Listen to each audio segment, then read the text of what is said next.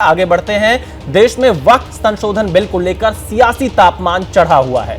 वक्फ bill कल यानी 2 अप्रैल को संसद में पेश हो सकता है, जिसको पेश करने की प्रक्रिया शुरू हो गई है, लेकिन इस पर जमकर बहसबाजी हो रही है। मुस्लिम संगठन सवाल उठा रहे हैं और बड़ी खबर यह है कि आज लोकसभा की बिजनेस एडवाइजरी कमेटी की बैठक होगी, यानी विपक्ष के फ्लोर लीडर्स इस पर अपनी बात रखेंगे, जिस पर सरकार अंतिम फैसला लेगी कि बिल कल पेश करना है या नहीं। सदन में होने वाली चर्चा को लेकर गठित होने वाली बिजनेस एडवाइजरी कमेटी की मीटिंग से पहले वक्फ बिल को इसमें लिस्ट किया गया है। दरअसल संसद में किसी मसले पर होने वाली चर्चा से पहले सरकार के साथ दोनों सदनों के सभी दलों के फ्लोर लीडर्स की बैठक होती है, उसके बाद सरकार फैसला करती है। इसे बिजनेस एडवाइजरी कमेटी कहते हैं, यानी कि सदन की जो कार्यवाही होगी उसमें कौन कौन से मुद्दे उठाए जाएंगे, किस पर बहस होगी, कौन सा बिल आएगा, ये सब कुछ बिजनेस एडवाइजरी कमेटी में चर्चा होती है, जिसमें सभी दलों के प्रतिनिधि शामिल होते हैं।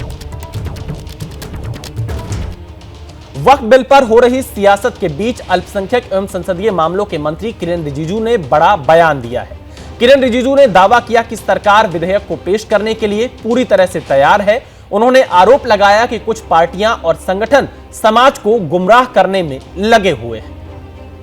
लेकिन वक्फ बिल आने से पहले समाज में तनाव पैदा करने के लिए कुछ संगठन जो प्रयास कर रहा है हमारा नज़र में आ रहे हैं। हमने शुरू से बताया कि वक्फ बिल में जो ज़रूरत चीज़ है, जो लोगों का भला के लिए, मुसलमानों का मस्जिदें, कब्रिस्तान और मुसलमानों का ज़मीन जायदाद छीन लिया जाएगा, ऐसा क्यों बोलते हैं? वक्फ कानून आज़ादी से पहले भी था हिंदुस्तान में, आज़ादी के बाद में भी ये कानून मौजूद है। वक्फ कानून के ऊपर में लगातार बदलाव भी किया गया है और वो कानून चलते रहा। तो वक्फ कानून इतने सालों से चल रहा है और इसको गैर संवैधानिक बताना, अनकॉन्स्टिट्यूशनल, अनलॉफुल बताना, इससे बड़ा झूठ क्या हो सकता है?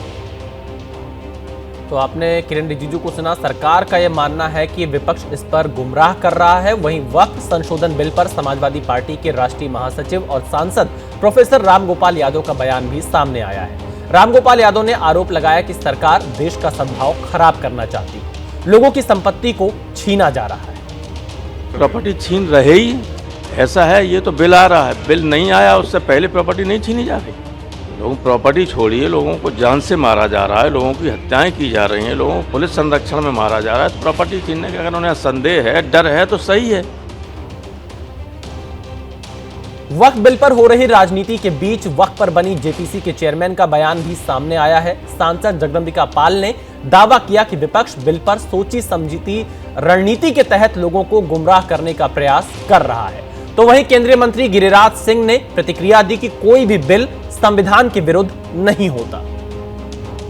इस तरह से लोगों को झूठ बोल करके गुमराह किया जा रहा है। जब संसदीय कार्य मंत्री किरेन रिजिजू जी कह रहे हैं लगातार कि हम वक्फ के बिल पे चर्चा करने के लिए तैयार हैं, विपक्ष से अपील कर रहे हैं कि वो भी सदन में आए, तो जब सरकार इतना तैयार है, सरकार की मंशा एक ट्रांसपेरेंट बिल लाने की है और इसके बाद भी एक लगातार गुमराह किया जा रहा है कि अगर ये कानून पास होगा तो मस्जिदें चली जाएंगी, ईदगाह चली जाएगी, कब्रिस्तान चला जाएगा।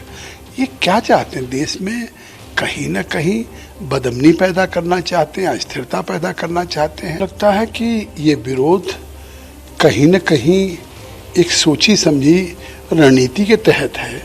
सरकार हर बिल को टेबल करता है, वह बिल को भी टेबल करेगा। कोई संविधान के विरुद्ध सदन के अंदर में कोई बिल नहीं आता है, ये कांग्रेस को समझना चाहिए।